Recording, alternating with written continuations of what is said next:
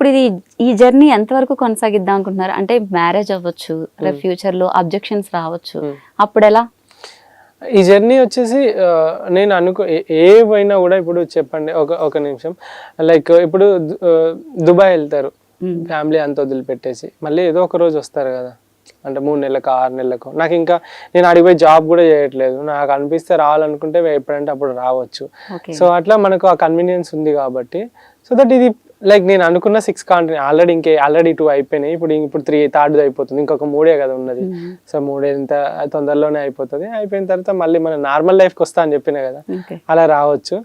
But కొన్ని కావాలంటే కొన్ని త్యాగం చేయాలి అని అంటారు. ఇప్పుడు ఆర్మీలో ఉన్నారు చాలా మంది సైనికులు, వాళ్ళు మళ్ళీ వస్తారో రారో తెలియదు. అలాంటిది మన దేశం కోసం పిల్లల్ని మనం చూస్తాం స్టోరీ, చిన్న చిన్న పిల్లలు ఉన్న వాళ్ళు కూడా చనిపోయిన వాళ్ళు ఉన్నారు. మొన్న ఆపరేషన్ సింధూర్లో కానీ, పుల్వామా అటాక్లో కానీ చాలా వరకు. వాళ్ళందరికన్నా గొప్ప అయితే నేనేం కాదు. సో నేను మళ్ళీ నేను వస్తాను. సో కాబట్టి అనిపిస్తుంది వాళ్ళే నాకు ఇన్స్పిరేషన్. సో వీళ్ళందరూ చేసినప్పుడు మనం ఎందుకు చేయలేము అని చెప్పేసి అట్లా వెళ్ళిపోతాం. ఓకే, పెళ్ళి ఎప్పుడు అనుకుంటున్నారు మరి? ఇంట్లో చూస్తున్నారా ఏమన్నా?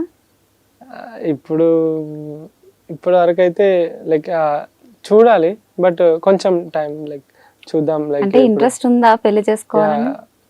కానీ టైం పడుతుంది, కొంచెం టైం తీసుకుంటారు.